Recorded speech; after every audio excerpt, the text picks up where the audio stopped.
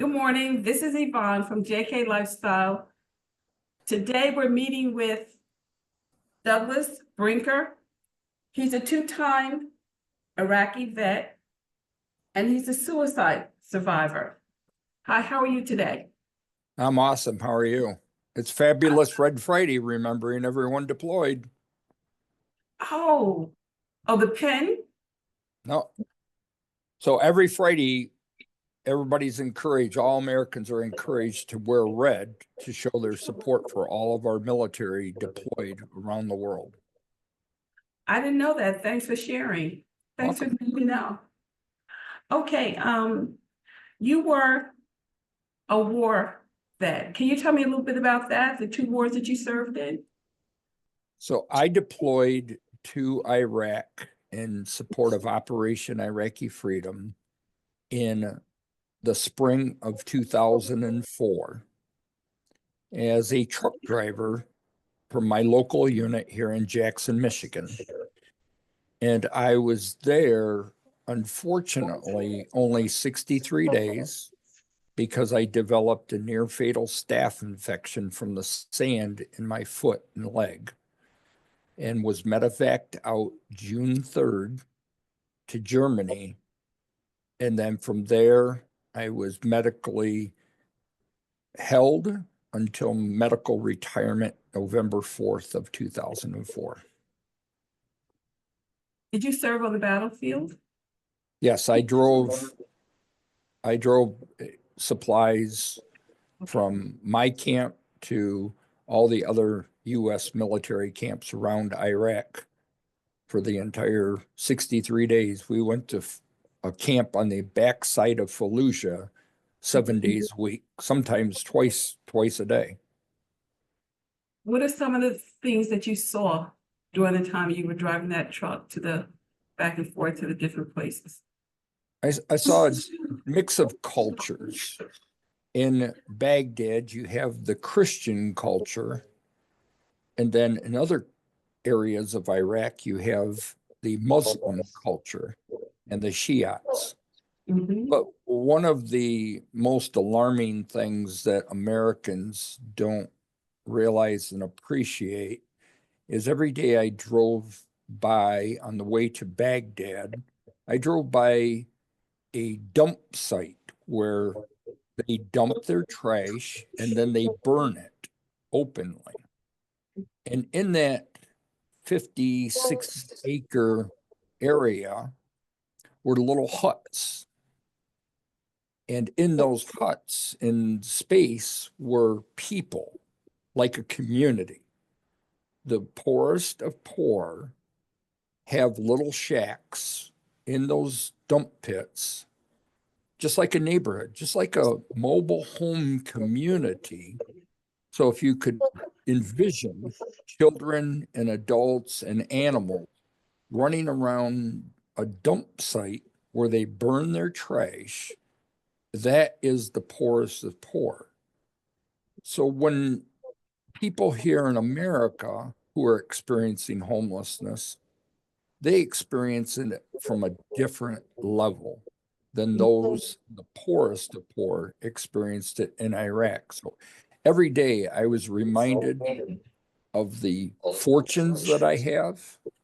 Even when I was at my lowest as a homeless vet, I had it much better off because while I slept in my vehicle, I didn't sleep in a dump site where they burn trash on a daily basis. Why were you sleeping in your car? Why were you homeless? I chose to be. Like many veterans, we have that pride amongst ourselves. And I didn't want to infringe on my friends and family. And that's why I chose to be homeless.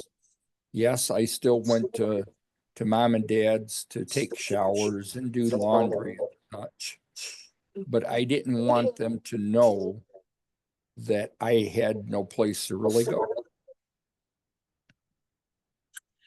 When you returned from war, what were you thinking mentally? What type of behavior did you display that you didn't have before you went over there? Well, like all those who have deployed overseas, they are a changed individual, as I became. The first few months, obviously, I was dealing with my injury, where I nearly lost my life or lost my left leg due to the infection. My infection in my leg was as red as the shirt that I wear today. And I became very standoffish to many people, very vigilant.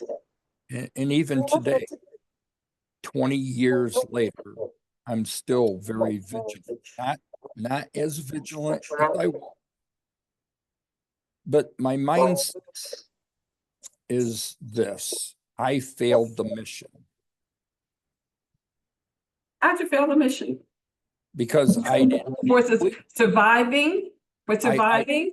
for surviving, but I did not complete the mission in my mind because I left my family, my military family over there.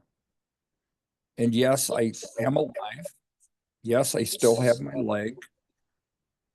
And that's by God's grace, all of that happened. But initially, I looked at it this way. I volunteered Mm-hmm. to deploy. Mm-hmm. I wasn't drafted. I wasn't ordered to. I volunteered. I left behind two young sons, 3 and 7, knowing that I may not return. But I believe in completing all missions, regardless of what you do in life. You do it to completion. Like I just completed my master's in communication from Eastern Michigan 4 years ago. Now I took a 4-year hardship because of mom's passing, but I was the VA paid for my schooling, so I was expected to complete it. And B, once I start something, I see it through to the very end. When you attempted suicide, what was the first time that you attempted it? At what age? I was 36 years old. August 7th, 1999. What precipitated you doing that? Did So there's something happen? a series of things in my book that's coming out. I talk about it, how early in life I didn't feel I belonged in the world. I had no purpose, no sense of belongingness, no community. And with bullying in different forms, I was placed in a children's home by my late grandfather at 8 years old for 5 years. I was raised by Catholic nuns. I went to 5 different schools in 3 different school districts. And I went into the military to try to find myself. And while I found a little portion of myself, I didn't find the complete whole self. And then I came out and I did what I call just jobs, those minimum wage. And there's a chapter I even write about in my book that I call myself the minimum wage guy. Because all my life, I've been a minimum wage guy. I've worked job to job. I'm on my 58th job in my life at 61 years old. This job, this should have been my career because this is the greatest job I've ever had in my life. And so all the darkness, all the hopelessness, the sense of trying to find answers. My biological dad tried to have a conversation when I was in scouts, and mom had kind of brainwashed me different mindset. And so we never had We never had a relationship my whole life. He never got to meet grandsons. He never got to see his son's success in life that I've had since my attempts. And so it was just a whole culmination of different things that occurred in my life that led up to that first attempt. So I was going to ask you that, was it past trauma or the aftermath of serving in the war that made you, I guess, made that an option for you to attempt suicide? But you answered my question. It was past experience, past trauma, family, bullying, and we all know how harmful bullying is, no matter what age you experience. And especially to me, a child, when you're wide open, Right. innocent and wide open. Okay, when's the second time? So the second time, so here's the thing, and interesting enough, I work for the same mental health agency that I once received services from. Full circle. The second time was February of 2001. And here's what led up to that. And we see this even working with our consumers who play the game of life and mental health services, is they want the help, but some of them aren't willing to do all the steps. That was me. I chose when I wanted to come to therapy, not when I needed to. I chose when I was having a good week. I don't need those medications. I'm good. Research has proven that if one attempt occurs, a second will occur within 2 years. August 7th, 1999, February 2001. Yeah, just over 2 years. However, or no, actually, really under 2 years, just under 2 years. It's because Douglas Brinker did not take and follow the plan. Person-centered plans, care plans are put in place for a reason. And because I chose to have my own plan, led up to the second attempt. This plan that they have structured for you, is that something you're going to have to follow for the rest of your life? So I've created my own plan of involvement since February of 2001. I lost structure and discipline. And so that's what led me to go back into the military. And then ultimately, 2 years later, deploy to Iraq. I needed that discipline because in the military, it's about routine, structure, and discipline. Mhm. And if you lose all of that, you lose yourself. And I lost myself in that year and a half, 2 year time frame. And by going back in, it got my discipline back. It got structure and routine. And so it allowed me the opportunity after I came home, even though I didn't know what I was going to do, it still allowed me the opportunity to develop my own game plan for success moving forward. And Which is, which is coping skills, which is my certification as a certified state of Michigan peer support specialist. I spent 5.5, 6 years working in crisis services. Now I work with the veteran population, which is my passion, because connecting veterans to resources and benefits that they've rightfully earned is a hot button for me. Mhm. my youngest son, who was then 3, who would have been without who would have been without a father. Actually, he's only 1 years old, actually. Mhm. He is now a Marine veteran who discharged from Camp Lejeune Marine Corps 2nd Battalion Motor Transport Division last May.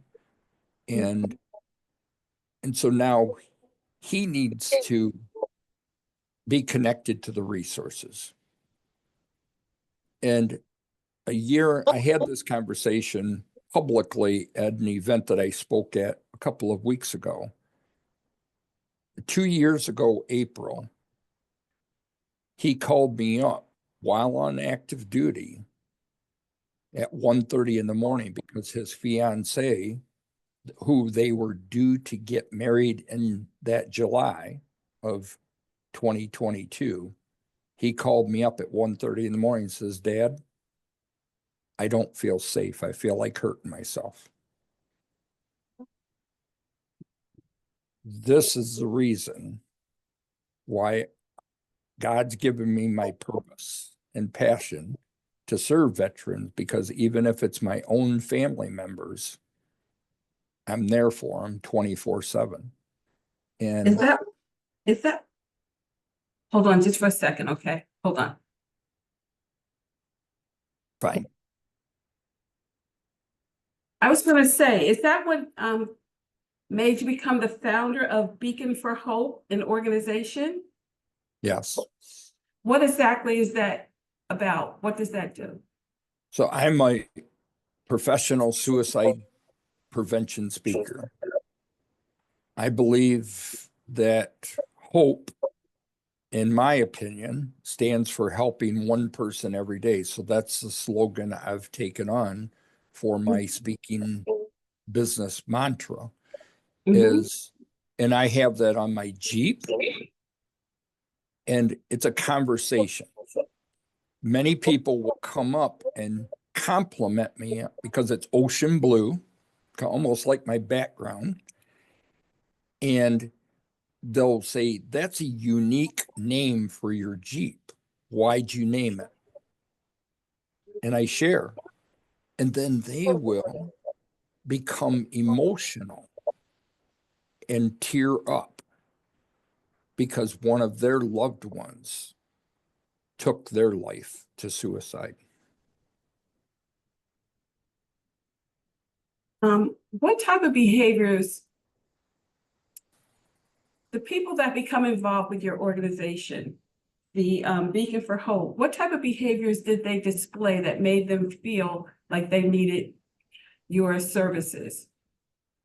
So, as obviously, as a 2-time survivor, I speak to individuals, especially here in Michigan with the Department of Michigan Veterans of Foreign Wars VFW organization. I serve as their mental health co-director, and I have conversations on a regular department-wide event basis where someone will come up after I've spoken and say, "Hey, what you said, can we go talk?" And they'll share. And I've had some almost mandated reporter moments with several individuals. And we know that at least 50% of individuals do not ask for help because of their pride, their humility, honor, dignity. And so when I am asked to speak, I tug on people's heartstrings because I want that conversation to get started so that they reach out and ask for help, that know that it's okay not to be okay. But more importantly, asking for help is not a sign of weakness, popular to belief. It's not a sign of what will grandma say. Our society as a whole still is wrapped around the negative stigma of suicide.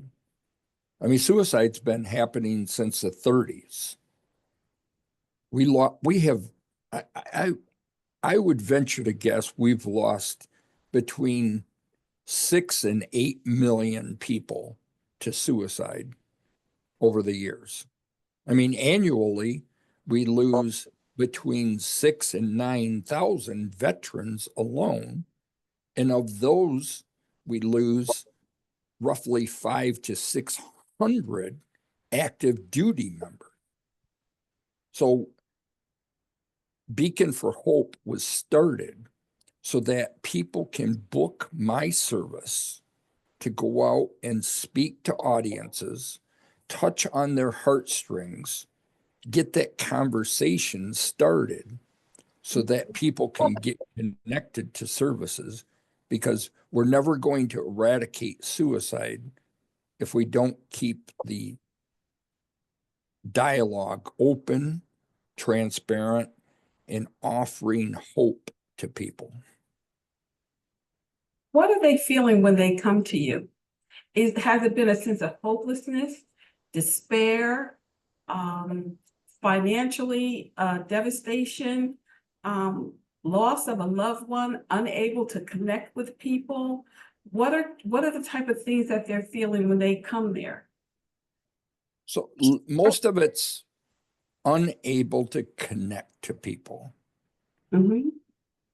If you look at socially isolated individuals, they have no friends, they have no sense of purpose and belonging because they're out of sight, out of mind. And this is the higher population now they're finding, that a white male over 70 is more likely to take their life to suicide, that's socially isolated, than other populations that are within the community. And when I have personal conversations or I have group conversations, there's 3 key factors: finances, divorce, and homelessness, or food inequities, or any despairs that are going on in their life that they didn't see coming. I mean, think of your situation. You have a decent lifestyle, probably have plenty of friends, you have a strong support circle. Imagine it crumbling all of a sudden today, where you're left to pick up pieces broken tomorrow. You don't know where to turn. If you don't have resources, if you don't know who's in your corner now because you've lost everything. And when we lose everything, we get pushed into the corner. And when we get pushed in the corner, we make irrational decisions that could cost us our life. If they come to your organization, what type of services would you connect them with? Or are you able to connect them with? I would connect them with services that they want to get connected to, because I have a plethora of resources. I can connect them locally, regionally, nationally. But if it's not a good fit for them, then I'm wasting their time. And I don't like to waste people's time, because I've always learned in business, time is money, regardless of what you're doing. Regardless. It don't matter what you're doing. If you're at the grocery store, you don't get, if you spend 3 hours at the grocery store, you don't get that 3 hours back. That's true. But some people who are in despair, they don't have structure. They don't have that regiment of a routine, because they've lost their structure. And so one of the things I help them connect in resources is to build rapport and listen, spend most of the time listening to their concerns, and then share resource information that possibly could be beneficial to them. Well, Mr. Douglas Brinker, thank you for joining me today. What's the name of your book? Have you completed writing it? It's written. It's at Dorrance Publishing. In fact, anytime this month, they will be sending me the cover design for approval. Once approved, then they'll finish the printing process. The name of it is My Dark Shadow: From a Suicidal Self to a Purpose of Hope. And in it is 22 chapters. Mhm. 22 chapters represent my entire life from early life at 6 years old to this moment today. And available on Amazon, ebook, Barnes and Noble, and hard copy. And 50%, at least 50%, will go to fight and eradicate suicide, especially amongst veteran community. Thank everyone for joining us today. And thank you, Mr. Brinker. I appreciate you coming on. Thank you, the honor.